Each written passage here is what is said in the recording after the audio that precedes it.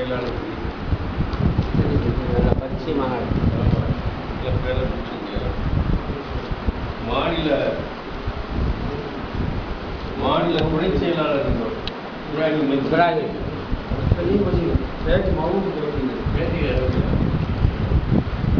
மாநில செயலாளர் அவங்க இப்ராஹிம் எங்கள் இவங்களாம் பேரை வாங்கிக்கிறது. இன்னைக்கு காலையில் இங்கே இந்த வாபு குடும்ப திருமண நிகழ்ச்சிக்கு வந்தோம். அதோடு சேர்த்து இன்னொரு 3 பேர் திருமணம் ஒரே திருமணத்தில் ஊர் மக்கள் அத்தனை பேரும், ஊரில் உள்ள பிரதிநிதிகள் அத்தனை பேரும், வெளிநாடு பல சகோதர சமுதாய மக்கள் நிறைய பேர் வந்துட்டாங்க. அதை முடிச்சு இப்போ உங்களை பார்க்கக்கூடிய வாய்ப்பு எனக்கு நகர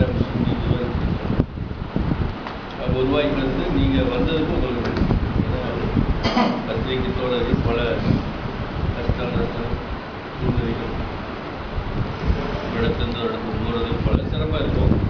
அதெல்லாம் விட்டு உங்களை மதித்து வந்ததுக்காண்டி உங்களுக்கு எப்போது நன்றி சொல்கிறேன்னா, நான் இந்த துறையில் இருக்கிறதுனால நண்பர்களுக்கு சகோதரர்களுக்கு நன்றி சொல்கிறேன். முதல்ல இந்திய முஸ்லீம் லீகில் நாங்கள் என்ன பண்ணிட்டு இருக்கோம், எங்கள் கொள்கை தான் உங்களுக்கு தெரியும். இந்திய ஒருமைப்பாட்டுக்கு பாடுபடுறோம், சமூக நல்லிணக்கத்துக்கு பொருள்கிறோம். அதே நேரத்தில் சிறுபான்மை முஸ்லீம் சமுதாயத்துடைய தனித்தன்மையை நிலைநிறுத்துவதற்காக எப்பொழுதும் நாங்கள் செயல்பட்டு கொண்டிருக்கோம். இதுதான் எங்களுடைய 3 அம்ச திட்டமே. IUML இந்தியன் யூனியன் முஸ்லீம் லீக்னு சொன்னால் காகிதமிழக காலத்திலேருந்து இன்றைக்கு வரைக்கும் இந்த 3 அடிப்படையில் தான் எங்களுடைய எல்லா செயல்பாடும் இருக்கும். அது பேசினாலும், எழுதினாலும், மாநாடு போட்டாலும், சட்டமன்றத்தில் பேசினாலும், பாராளுமன்றத்தில் பேசினாலும் இந்த 3 கொள்கை அடிப்படையில் தான் தேசிய ஒருமைப்பாடு, சமூக நல்லிணக்கம், அதே நேரத்தில் முஸ்லீம் சமுதாயத்துடைய கலாச்சார தனித்தன்மை. இப்போ கலாச்சார தனித்தன்மையை பாதுகாத்துருக்கப்பா. கலாச்சார தனித்தன்மைன்னு சொன்னால் இப்போ நான் தொப்பி போட்டு உட்காந்துருக்கேன், தாடி வச்சுருக்கேன், இந்த மாதிரி வச்சுருக்காங்க, பள்ளியாசம் கட்டியிருக்கோம், வக்கு ப்ராப்பர்ட்டி வச்சுருக்கோம், முஸ்லீம்கள் அடக்கம் பண்ணுறது கபர்ஸ்தான்னு வச்சுருக்கோம். இவன் முஸ்லீம் திருமணங்களை ஒரு இஸ்லாமிய சட்டப்படி தான் திருமணம் பண்ணுறோம்.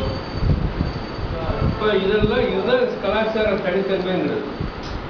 பள்ளிவாசலோ எங்களுடைய கிரேவியார்டு இருக்கு, அதை விட்டுட்டு வேற இது பண்ண முடியாது, வகுப்பத்தை மாற்ற முடியாது. தர்கா எங்களுக்கு தர்கா இருக்கு. இந்த ஊருக்கு வந்து சேவை பண்ண முஸ்லீம் பெரியவங்க, அந்த காலத்தில் வந்த ஆன்மீக பெரியவங்களுடைய அடக்கத்தலத்தை தர்காக்கிறோம். இப்போ அதுக்குள்ள மரியாதை செலுத்துகிறோம். பள்ளிவாசலில் தொழுகிறோம். முஸ்லீம்கள் வந்து பள்ளிவாசலை மையமாக வச்ச ஜமாத்துன்னு இயங்குறோம், மஹல்லா ஜமாத்துன்னு இயங்குறோம். இப்போ இந்த ஊரில் வந்து ஒரு 35,000-40,000 பேர் இருக்கிறாங்கன்னு சொன்னால் இப்போ 25 பள்ளிவாசல் இருக்கும். ஒவ்வொரு பள்ளிவாசலை ஒட்டி ஒரு 500-1000 குடும்பம் இருக்கும். அப்போ இந்த 500-1000 குடும்பம் தொழுகிறது, நிக்கா பண்ணுறது, திருமணம் பண்ணுறது, நல்லது கெட்டதில் அந்த குடும்பங்களில் ஈடுபடுறது, பகல் பண்ணுறது, அத்தனையும் எங்கேருந்து வருவாங்கன்னா எங்கேருந்து வரமாட்டாங்க, அந்த பள்ளிவாசலுக்கு தான் போவாங்க. அதனால தான் இந்த பள்ளிவாசலை மையமாக வைத்து இயங்கக்கூடிய மஹல்லா ஜமாத்துன்னு நாங்கள் சொல்கிறோம். இந்த மஹல்லா ஜமாத்துங்க தமிழ்நாட்டில் எப்படி பள்ளிவாசல்லையும் இயங்கக்கூடிய மஹல்லா ஜமாத்து இருந்தால 11,000 மேலே இருக்கு. இந்த மஹல்லா ஜமாத்தில் வந்து ஒரு கட்டுப்பாடு இருக்கும். முதல்ல இது ரொம்ப விஷயம். தமிழ்நாட்டில் வந்து இந்திய முஸ்லீம் லீக்ங்கிறது ஒரு நீண்ட பாரம்பரியம் உள்ள கட்சி. நாங்கள் என்ன சொல்லிட்டு இருக்கோன்னா, இது முஸ்லீம் சமுதாயத்துடைய தனித்தன்மையை பாதுகாக்கிறதுல இது முக்கியமான கொள்கையாக வச்சு செஞ்சுட்டு இருக்கோம். முஸ்லீம் சமுதாயத்தில் இப்போ 58 ஏக்கல் இருக்கு. 58 இன்னைக்கு, நாளைக்கு எத்தனை வரும்னு சொல்ல முடியாது.